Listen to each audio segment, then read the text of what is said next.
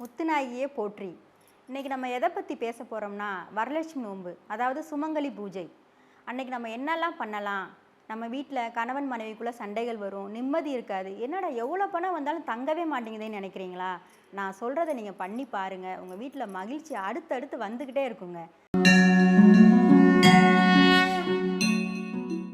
வரலட்சுமி அம்மனுக்கு என்ன பண்ணணும்னா, ஒரு சாமி சிலை, உங்களால் முடிஞ்சால் ஒரு சாமி சிலை, இல்லையா உங்கள் வசதிக்கு தகுந்த மாதிரி நம்ம வீட்டில் இருக்கிற சாமியவே வச்சு கும்பிடலாம்.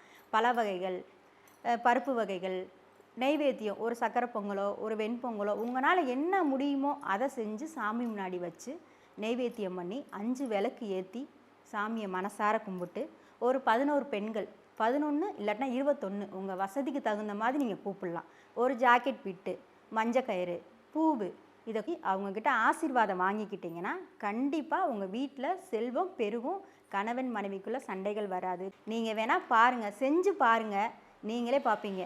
அதை விட ஒரு முக்கியமான விஷயம் என்னன்னா, நம்மளால் தங்கத்தில் வாங்க முடியாது, வெள்ளியில் உங்களால் முடிஞ்சால் வாங்கலாம். 1 கிராம் 2 கிராமில் ஒரு காயின், வெள்ளி காயின் வாங்கி உங்ககிட்ட இருக்கிற பணம் சில்லறை காசாக இருக்கலாம், சில்லறை காசு தட்டு நிறையா கூட வைக்கலாம், இல்லை 10 ரூபா தாள் இருக்கா அதை நிறையா வைக்கலாம். ஒரு 500 ரூபா உங்களால் முடிஞ்சதாக வைக்கலாங்க. அதே சாமி முன்னாடி வச்சு நீங்கள் விளக்கேற்றி சாமி கும்பிட்டு அதே மாதிரி அதை அடுத்த வருஷம் நீங்கள் அந்த காசை எடுத்து வச்சு நீங்கள் கும்பிடுங்களேன், உங்களுக்கு அது பல மடங்காக வரும். பல மடங்காக நீங்கள் அன்றைக்கி காசு இல்லை, என்னடா இதைத்தான் வைக்கிறோமே நீங்கள் நினைக்கிறீங்களா? ஆனால் அடுத்த வருஷம் பாருங்கள், நீங்கள் எக்ஸ்ட்ராவே வைப்பீங்கங்க. குழந்தைங்க நல்லா படிப்பாங்க, வீட்டில் சந்தோஷம் பொங்கும். கண்டிப்பாக இதை நீங்கள் செஞ்சு பார்க்குறீங்க, எல்லாருக்கும் பகிர்ந்துக்கிறீங்க. இந்த வீடியோ பிடிச்சிருந்தா லைக் பண்ணுங்கள், சப்ஸ்கிரைப் பண்ணுங்கள், ஷேர் பண்ணுங்கள்.